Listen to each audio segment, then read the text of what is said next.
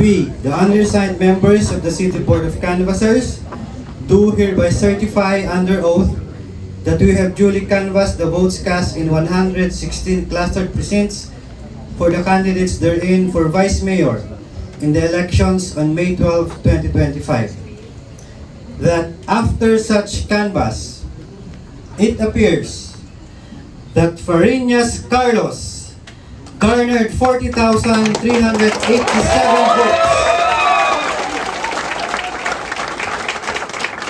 for the office of Vice Mayor, the same being the highest number of votes legally cast for said office.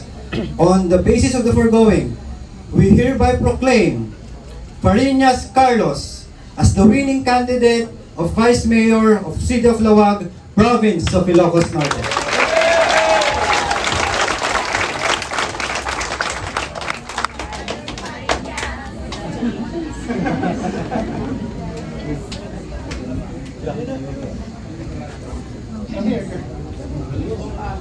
Anak na yan.